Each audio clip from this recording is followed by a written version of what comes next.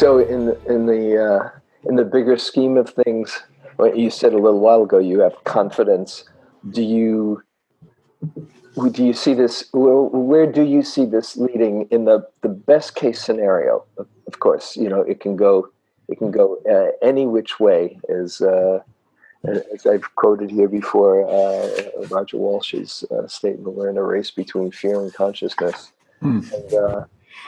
And in the best case scenario, where consciousness keeps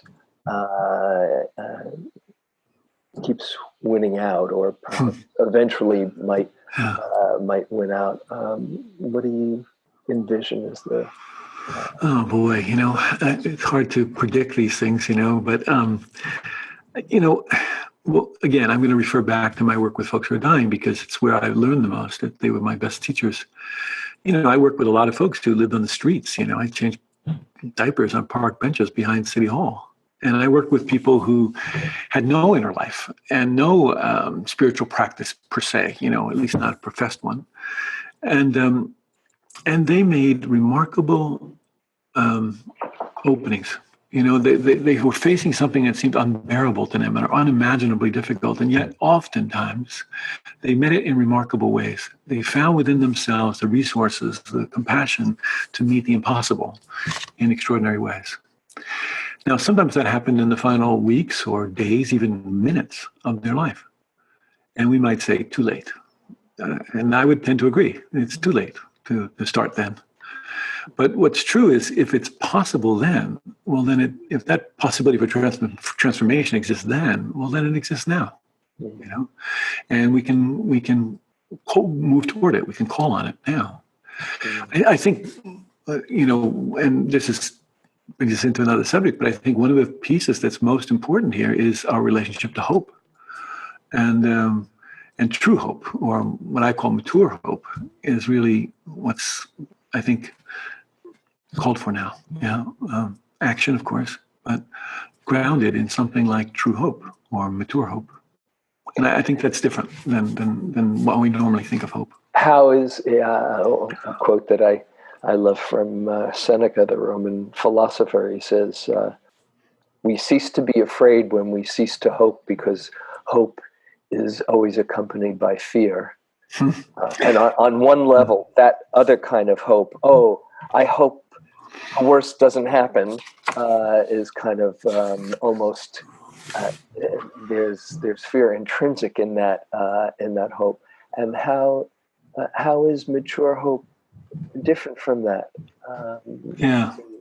Well, I think it's, and here's the problem with such words, is that we've bantered them around and, neutered them oftentimes in the course of our discussions. But, I think it's a subtle, we could say, attitude of heart and mind hope, I think it's an essential resource for this human life. And it's the ingredient, we could say, that provides the motivation for us to get up in the morning, get out of bed, and go about our days.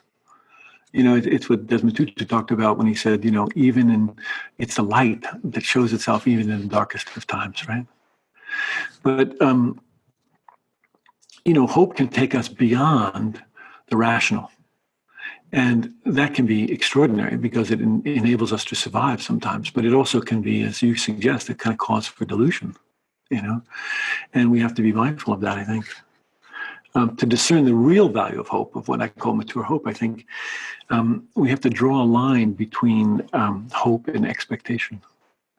We have to, hope is a kind of optimizing force that leads us toward harmony, I would say. But it doesn't arrive from the outside. It doesn't impose itself on us. It arises from within us. So it has an active daring to it, I'd say. And the usual kind of hope that we have is wishful thinking. Yeah. Mm-hmm. And it's hope guised, or expectation rather, guised as hope. It's fixated on a specific outcome, and it gets conflated with results, and it gets so object focused, right? So outcome focused.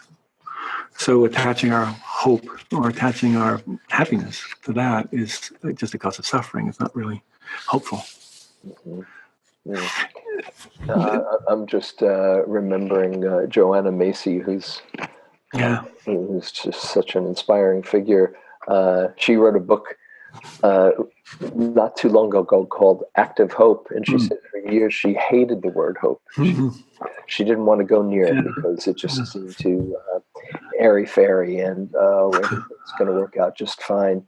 But when she redefined it for herself as having a vision and just doing what you can to help bring forth that vision, without the expectation, without looking and seeing, are we there yet? To just feel the fulfillment of moving towards that vision, and in the process inspiring others. Well, she came out writing a book. Okay, I'll write a book on active hope, as much as I hated that word for because it's a great book, and it's well worth reading. I'd say to people who are listening to this.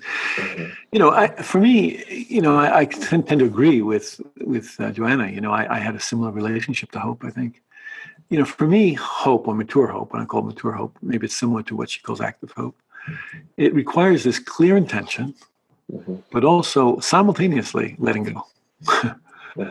And it involves embracing uncertainty, not trying to manage uncertainty, and it's really the hope in the potential of our awakened response, in something intrinsic in us that can come forward and respond.